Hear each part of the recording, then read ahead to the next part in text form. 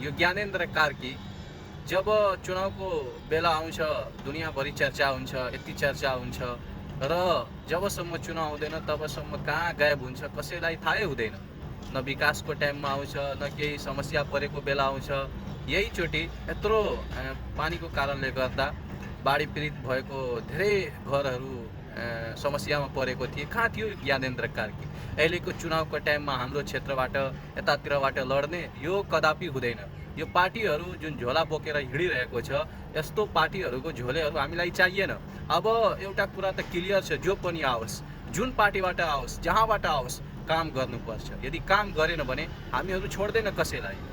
काम गरियो भने हामी सबैलाई एक्सेप्ट गर्छौँ, चाहे त्यो एमालेबाट होस्, कङ्ग्रेसबाट होस्, जेबाट पनि होस्। र काम नगरेको बेला हामीहरू एनी टाइम सचेत गर्छौँ र आन्दोलन पनि गर्छौँ। अहिलेको जुन तरिकाले यो जेनजी आन्दोलन भएको छ, यो मात्रै यो चुनावको लागि र नेता ल्याउनुको लागि होइन, परिवर्तनको लागि गरिएको हो, विकासको लागि, हाम्रो समाज सुधारको लागि, यो सबै कुराहरूको लागि एउटा नयाँ इतिहास रचेको हो। त्यो गर्नुपर्छ। जुन तरिकाले भ्रष्टाचार पहिले भइरहेको थिए, अहिले सानो जनप्रतिनिधिदेखि लिएर ठुलो स्तरसम्म हामीहरू हुन दिन्न। यदि गर्न खोजियो भने त्यसलाई त्यहाँ त्यो कुर्सीबाट हटाउन हामी युवाहरू, हामी जेनजी एनी टाइम तयार बस्छौँ। त्यसैले कुर्सीको पेटी यति राम्रोसँग बाँध्नु, यति राम्रोसँग विकास र काम गर्नु आफ्नो समाजको लागि कि हामीहरूलाई आन्दोलनको बाध्यता नबनाउनुहोस्। Thank you so much. Jay